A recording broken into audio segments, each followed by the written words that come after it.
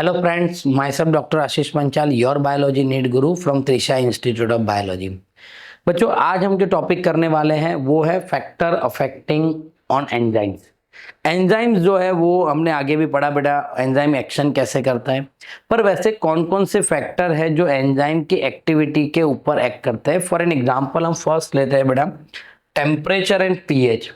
So as we discuss earlier, the all enzymes, almost all enzymes are protein in nature. Almost enzymes are protein in nature. So बेटा हमने पहले भी पढ़ा था कि enzymes are protein in nature. So at the high temperature they are destroyed. So at high temperature, say more than means greater than 40 degree temperature, enzymes are destroyed और उसको हम बोलते हैं बेटा denatured. Okay, and at low temperature they become inactive, यानी कम temperature में बेटा वो क्या हो जाएंगे, इनएक्टिव हो जाएंगे। मतलब बेटा एंजाइम का जो एक्शन है वो ऑप्टिमम टेम्परेचर पे ज्यादा एक्शन देते हैं। Enzyme generally function in narrow range of temperature और पीएच, यानी बहुत कम रेंज में बेटा वो एक्टिव होते हैं। Each enzyme show it's highest activity at particular temperature and the pH called the optimum temperature and optimum pH, यानी बेटा वो जब हाईएस्ट एक्टिविटी देता है। फॉर एन एग्जांपल यहां पर अगर हम डायग्राम में देखें बेटा तो यहां पर उसका मैक्सिमम एक्टिविटी है। So this is the optimum pH of the enzymes, यहां पर उसका मैक्सिमम एक्टिविटी है। So this is the optimum temperature of enzyme. So बेटा एंजाइम जो है, each enzyme shows the highest activity at the particular temperature. Each enzyme shows highest activity at particular temperature and pH is known as optimum temperature and pH. उसको क्या बोलते हैं बेटा, optimum temperature and pH. Activity decline both below and above the optimum level, यानी optimum level से बेटा आगे और पीछे दोनों तरफ एक्टिविटी क्या होगी, डिक्लाइन हो जाएंगी। Low temperature preserve the enzyme in temporarily inactive state whereas the high temperature destroy the enzymatic activity, यानी लो टेम्परेचर में बेटा वो इनएक्टिव हो जाएगा और हाई टेम्परेचर पे बेटा वो क्या हो जाएगा, destroy. So the enzyme activity is declines both below and above optimum level, यानी बेटा ऑप्टिमम लेवल से अगर आप ज्यादा कर रहे हो तो भी कम हो जाएगा, ऑप्टिमम लेवल से आप कम दे रहे हो तो भी बेटा एक्टिविटी कम होगा। एग्जाम्पल के तौर पे अगर मैं यहां पर लिखूं बेटा कि अब देखो पेप्सिन एंजाइम, पेप्सिनोजन जो एंजाइम है बेटा प्रोटीन डाइजेशन के लिए, वो एसिडिक पीएच में एक्टिव है, एसिडिक पीएच में वो एक्टिव है। अराउंड 2 to 3 पीएच में बड़ा वो एक्टिव होता है। उससे पीएच बढ़ जाए तो भी वो अपना काम कम कर देगा, कम हो जाए तो भी अपना काम वो कम कर देगा। वैसे बेटा ट्रिप्सिन एंजाइम है, ट्रिप्सिनोजन, तो वो अल्कलाइन पीएच पे, अल्कलाइन पीएच पे बेटा वो एक्टिव होता है। अराउंड 8 to 9 पीएच पे बेटा वो एक्टिव होता है। मतलब अगर 8 से पीएच कम हो जाए तो भी बेटा उसका फंक्शन कम हो जाएगा, 9 से बढ़ जाए तो भी फंक्शन कम हो जाएगा।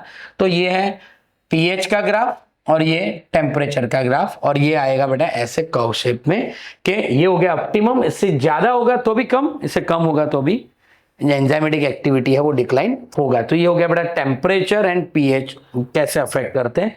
फिर हम देखते हैं दूसरा पॉइंट है कॉन्सेंट्रेशन ऑफ सबस्ट्रेट। इसका एग्जांपल मैं आपको लूं बेटा कि अगर मेरे पास एंजाइम है 100, तो मैं अगर एक सबस्ट्रेट डाल रहा हूं के तो एक एंजाइम के साथ बाइंड होगा, रेट ऑफ रिएक्शन बढ़ेगा। दो सबस्ट्रेट डाल रहा हूं, दो एंजाइम के साथ बाइंड होंगे, रेट ऑफ रिएक्शन बढ़ जाएगा। सिंपली मैं आपको बताऊं कि यहां पर मेरे साथ 1000 ब्रिक्स है और मेरे पास जो काम करने वाले कारीगर है वो है 100। तो आप सोचो 100 कारीगर मतलब एंजाइम और 1000 ब्रिक्स है, वो आप समझ लो सबस्ट्रेट। अब एक साथ कितने एंजाइम जो सबस्ट्रेट को उठा पाएंगे? तो आप सोच लो कि एक एंजाइम एक सबस्ट्रेट के साथ बाइंड हो रहा है, एक कारीगर एक कीट को उठा रहा है, तो एक साथ बेटा 100 ब्रिक्स जो होंगे वो यहां से यहां जाएंगे, 101 ब्रिक्स नहीं जाएंगे क्योंकि मेरे पास एंजाइम लिमिटेड है।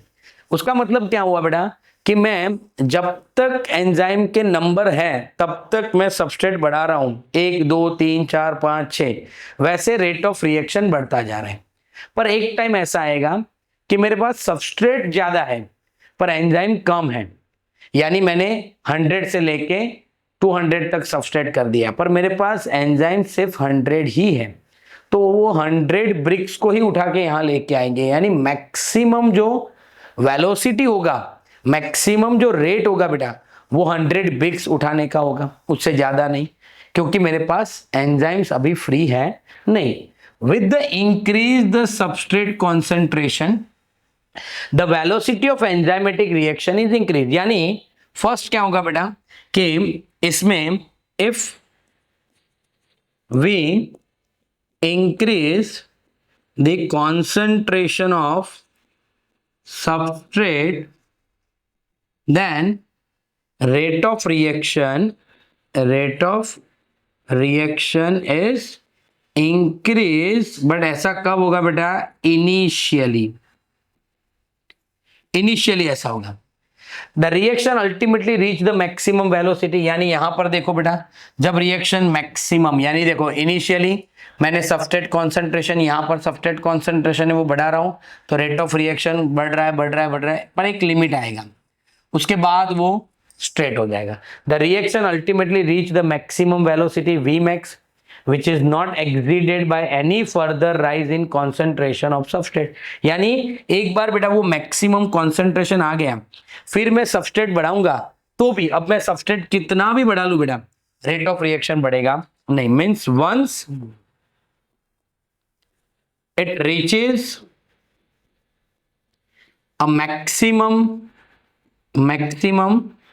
वेलोसिटी, उसको हम बोलते हैं बेटा वी मैक्स। एक बार वी मैक्स आ गया, then if we increase the concentration of substrate, फिर बेटा मैं सबस्ट्रेट का कॉन्सेंट्रेशन अगर बढ़ा भी दूं तो भी rate of reaction is not increase, rate of reaction नहीं बढ़ेगा। क्यों नहीं बढ़ेगा? Because the enzyme molecules are fewer than the substrate molecules. Substrate से एंजाइम कम है, यहाँ 1000 ब्रिक थे, एंजाइम 100 ही है, तो एक साथ 100 जाएंगे, उससे ज्यादा ट्रांसफर नहीं होंगे, because the number of enzyme is less than substrate। So after Vmax no more enzyme are free। बेटा एक बार Vmax आ गया तो उसके बाद कोई एंजाइम फ्री होगा नहीं जो सबस्ट्रेट के साथ बाइंड हो, ऐसा कोई एंजाइम होगा ही नहीं। जब सब एंजाइम ही नहीं है तो रेट ऑफ रिएक्शन मैक्सिमम आ जाएगा। और यहां पर बेटा एक Km है, आपने देखा होगा यहां पर एक Km मैंने लिखा हुआ है। Km मतलब मिचेलिस कांस्टेंट। Km मतलब मिचेलिस कांस्टेंट, और वो क्या होता है बेटा, वो है सबस्ट्रेट कॉन्सेंट्रेशन। क्या है बेटा वो, सबस्ट्रेट कॉन्सेंट्रेशन। पर कैसा सबस्ट्रेट कॉन्सेंट्रेशन, तो वो कॉन्सेंट्रेशन पे वी मैक्स जो होगा वो हाफ होगा। यानी Km मतलब मिचेलिस कांस्टेंट, याद रखना बेटा, Km मतलब मिचेलिस कांस्टेंट। ओके, इसको हम बोलते हैं बेटा मिचेलिस कांस्टेंट बोलते हैं। और उसमें आपको क्या याद रखना है कि it is the amount of substrate concentration at which the rate of reaction is reduce to half. यानी वी मैक्स से हाफ, रेट ऑफ रिएक्शन जब हाफ होता है बेटा, उस टाइम पे जो सबस्ट्रेट कॉन्सेंट्रेशन होता है उसको हम Km बोलते हैं मिचेलिस कांस्टेंट। क्लियर, पता चल रहा है बेटा। इसके बेसिस पे एक क्वेश्चन भी आता है, वो मैं आगे आपको बताता हूं एक टॉपिक करने के बाद।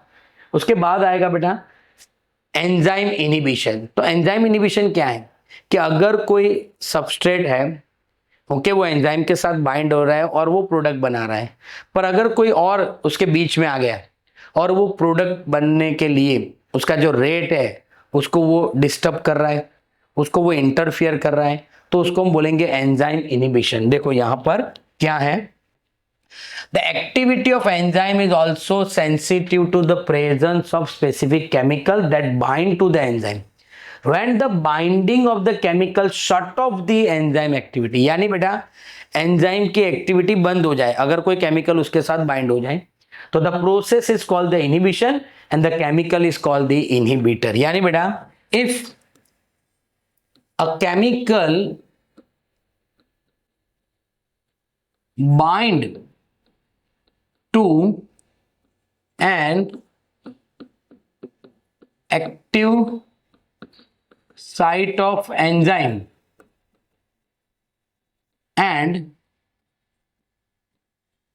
shut off the activity of enzyme, यानी बेटा एंजाइम की एक्टिविटी बंद हो जाए, तो such process is known as enzyme inhibition, and this chemical is known as enzyme inhibitors। यानी बेटा ये क्या है कि अगर एंजाइम की एक्टिविटी कोई सब्सटेंस के बाइंड होने से कम हो जाए या फिर स्टॉप हो जाए तो उसको हम एंजाइम इनहिबिशन बोलते हैं, और ऐसे केमिकल को हम बोलेंगे एंजाइम इनहिबिटर्स। अब देखो यहां पर बेटा दो टाइप के इनहिबिटर है, रिवर्सिबल और इरिवर्सिबल। उसका मतलब क्या है कि रिवर्सिबल का मतलब कि एक बार सपोज सोच लो कि ये सबस्ट्रेट है प्लस ये एंजाइम है, और एंजाइम के साथ यहां पर ये मैं बना रहा हूं बेटा सबस्ट्रेट, अब आ गया ये उसका इनहिबिटर, ये क्या आ गया इनहिबिटर। बाइंड होना था सबस्ट्रेट को पर बाइंड हो गया इनहिबिटर, यानी कॉम्प्लेक्स ऐसा बन गया बेटा, कॉम्प्लेक्स हो गया ये, यानी ये क्या हो गया एंजाइम इनहिबिटर कॉम्प्लेक्स। तो यहां रेट ऑफ रिएक्शन कम हो जाएगा क्योंकि सबस्ट्रेट बाइंड नहीं हो रहा, बराबर। पर ऐसा अगर कब हो रहा है कि दोनों का स्ट्रक्चर सेम है तभी ऐसा होगा। अब देखो ये भी राउंड है ये भी राउंड है तो ही यहां बाउंड होगा। अगर सोचो कि इनहिबिटर स्क्वायर है तो बाउंड होने वाला नहीं है। सो बेटा यहां क्या हो रहा है, दोनों के स्ट्रक्चर सेम है, उसका मतलब यहां बाइंड हो गया, इनहिबिटर बाइंड हो गया, तो सबस्ट्रेट बाइंड नहीं हो रहा। पर मैं अब क्या कर रहा हूं, सबस्ट्रेट की कॉन्सेंट्रेशन बढ़ा रहा हूं, 1 का 2 किए 4 किए 5 किए, अब सबस्ट्रेट स्ट्रांग होने लगा। जब सबस्ट्रेट स्ट्रांग हो जाएगा तो इनहिबिटर को हटा के खुद बाइंड हो जाएगा। पहले क्या हुआ, इनहिबिटर स्ट्रांग था तो इनहिबिटर बाइंड हो गया, अब सबस्ट्रेट का कॉन्सेंट्रेशन मैंने बढ़ाया तो सबस्ट्रेट ने इनहिबिटर को हटा के खुद बाइंड हो गया और रिएक्शन का रेट बढ़ने लगा। दैट मीन्स वो हो गया बेटा reversible binding. In this case the inhibitor can be removed easily from the enzyme.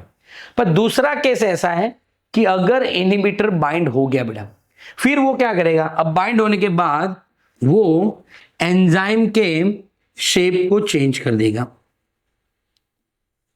ये हो गया एंजाइम। मतलब अब क्या हुआ, इनहिबिटर के बाइंड होने के बाद उसने एंजाइम का शेप ही चेंज कर दिया। In this case inhibitor cause the damage to the structure of enzyme. यानी यहां क्या किया बेटा, इनहिबिटर ने एंजाइम का जो स्ट्रक्चर था वही डैमेज कर लिया। अब जब एंजाइम का स्ट्रक्चर ही डैमेज हो जाएगा तो नाउ अब सबस्ट्रेट कहां बाइंड होगा, ओके, तो now the substrate will not bind to the enzyme, यानी एंजाइम कैसा हो जाएगा बेटा, नॉन फंक्शनल हो जाएगा। क्या हो जाएगा, नॉन फंक्शनल। पता चला बेटा। तो रिवर्सिबल और इरिवर्सिबल में क्या है बेटा, रिवर्सिबल में एंजाइम के साथ इनहिबिटर बाइंड होता है, पर जैसे जैसे बेटा सबस्ट्रेट का कॉन्सेंट्रेशन बढ़ाओगे सबस्ट्रेट जो है इनहिबिटर को हटा के खुद बाइंड हो जाएगा।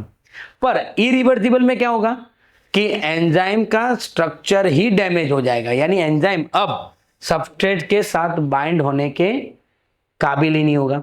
यानी ये दोनों, अब दोनों का स्ट्रक्चर डिफरेंट हो गया तो ये उसके साथ बाइंड ही नहीं होगा, तो रेट ऑफ रिएक्शन अब आगे बढ़ेगा नहीं। तो ये हो गया इरिवर्सिबल और ये हो गया रिवर्सिबल। अब आगे देखते हैं बेटा कि कंपेटिटिव इनहिबिटर क्या है। कंपेटिटिव इनहिबिटर में ऑलवेज रिवर्सिबल होता है बेटा। देखो, when a inhibitor closely resemble to the substrate, मैंने अभी यहां बताया था कि इनहिबिटर जो है वो सबस्ट्रेट के साथ उसका स्ट्रक्चर कैसा है, क्लोजली रिजेंबल है। तो बेटा कंपेटिटिव इनहिबिशन का मतलब क्या है, जब इनहिबिटर और सबस्ट्रेट दोनों क्लोजली रिजेंबल हो, मतलब उसका मॉलिक्यूलर स्ट्रक्चर सेम हो, तब क्या होगा बेटा, ये दोनों के बीच में कंपटीशन होगा। दोनों के बीच में क्या होगा, कंपटीशन होगा और दोनों एक दूसरे के साथ लड़ाई करेंगे। तो अगर इनहिबिटर यहां बाइंड हो गया बेटा, सोचो कि इनहिबिटर बाइंड हो गया, ओके, तो अब सबस्ट्रेट का जो रेट ऑफ रिएक्शन है वो कम हो जाएगा। When the inhibitor closely resemble with the substrate and its molecular structure inhibit the activity of enzyme, it is known as competitive inhibition। मतलब यहां क्या हुआ बेटा, when a substrate and inhibitor are closely resemble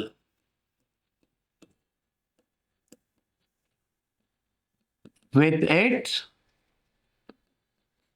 structure and molecular structure, दोनों बेटा एक दूसरे के साथ रिजेंबल है, तो क्या होगा, the inhibitor bind with enzyme and वो क्या करेगा बेटा, इनहिबिटर एंजाइम के साथ बाइंड हो जाएगा और एंजाइम का एक्टिविटी बंद कर देगा। तो उसको बोलते हैं बेटा कंपेटिटिव इनहिबिशन। इसको क्या बोलेंगे हम, कंपेटिटिव इनहिबिशन बोलेंगे बेटा, इसको बोलेंगे competitive inhibition. Due to close structure similarity with the substrate, the inhibitor compete with the substrate for the substrate binding site of the enzyme. यानी एक दूसरे के साथ कंपटीशन करेंगे, एक दूसरे के साथ क्लोजली रिजेंबल है, क्लोजली रिजेंबल है इसलिए वो दूसरे के साथ कंपटीशन करेंगे कि मैं बाइंड होऊंगा, मैं बाइंड होगा। ठीक, consequently the substrate can not bind, क्या होगा बेटा, सबस्ट्रेट बाइंड नहीं होगा, बाइंड कौन हो गया, इनहिबिटर। यानी यहां पर क्या होगा बेटा कि एक पॉइंट हम लिखते हैं कि यहां पर inhibitor and substrate compete for binding with enzyme and the inhibitor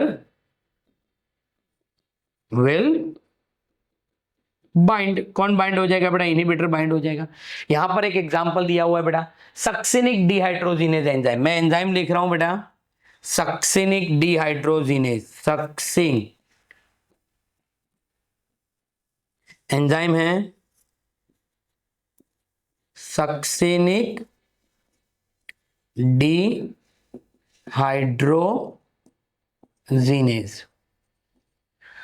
उसको ये जो सक्सिनिक डिहाइड्रोजिनेज एंजाइम है बेटा, उसका सबस्ट्रेट कौन है? सक्सिनेट।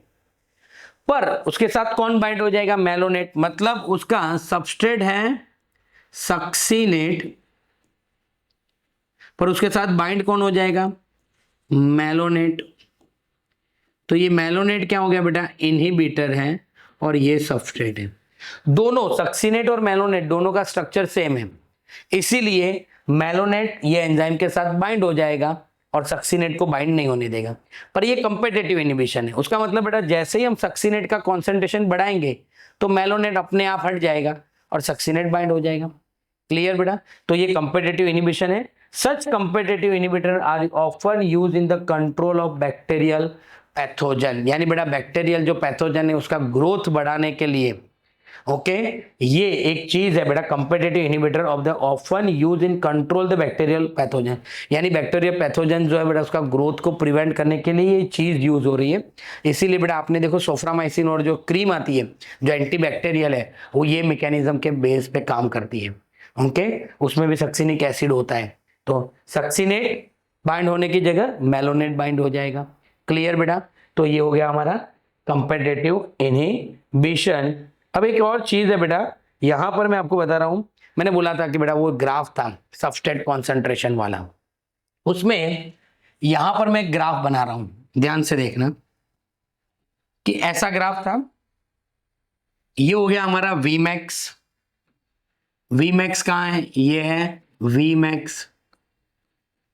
यहां पर हाफ हो गया, ये हो गया 1/2 Vmax, तो ये हो गया Km।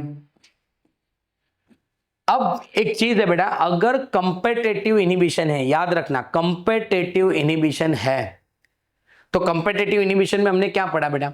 सबस्ट्रेट और इनहिबिटर दोनों का स्ट्रक्चर सेम है, इनहिबिटर बाइंड हो जाएगा तो एंजाइम का एक्टिविटी शट ऑफ हो जाएगा। तो मुझे क्या करना पड़ेगा? मुझे कॉन्सेंट्रेशन ऑफ सबस्ट्रेट बढ़ाना पड़ेगा।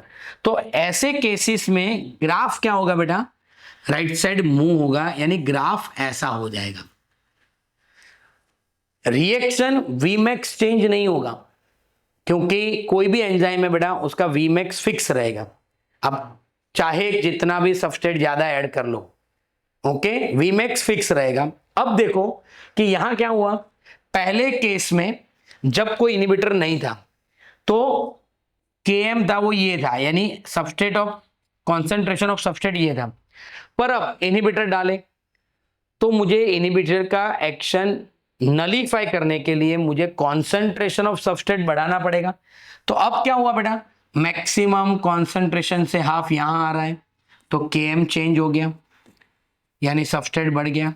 यानी ये क्वेश्चन कई बार बेटा एमसीक्यू में आता है कि अगर कंपेटिटिव इनहिबिशन है तो Km बढ़ेगा या कम होगा? तो Km बढ़ेगा। क्यों बढ़ेगा? क्योंकि कंपेटिटिव है तो मुझे रेट ऑफ रिएक्शन को मैक्सिमम ले जाने में सबस्ट्रेट कॉन्सेंट्रेशन बढ़ाना पड़ेगा। मैं जितना सबस्ट्रेट कॉन्सेंट्रेशन बढ़ाऊंगा तब जाके मुझे मैक्सिमम वेलोसिटी मुझे मिल जाएगा। ओके भले ही रिएक्शन इनहिबिशन से कम हो रहा है फिर भी, पर मैं सबस्ट्रेट बढ़ा रहा हूं तो रेट ऑफ रिएक्शन मुझे हाईएस्ट मिलेगा, तो Km भी चेंज होगा, Km बढ़ेगा। क्लियर बेटा? ये कंसेप्ट आपको याद रखना है क्योंकि इसके बेसिस पे कई बार एमसीक्यू आ सकते हैं बेटा। तो ये हो गया बेटा factor affecting on enzymes, temperature, pH, concentration of substrate, and last में बेटा हमने पढ़ा enzyme inhibition. Okay thank you, have a good day.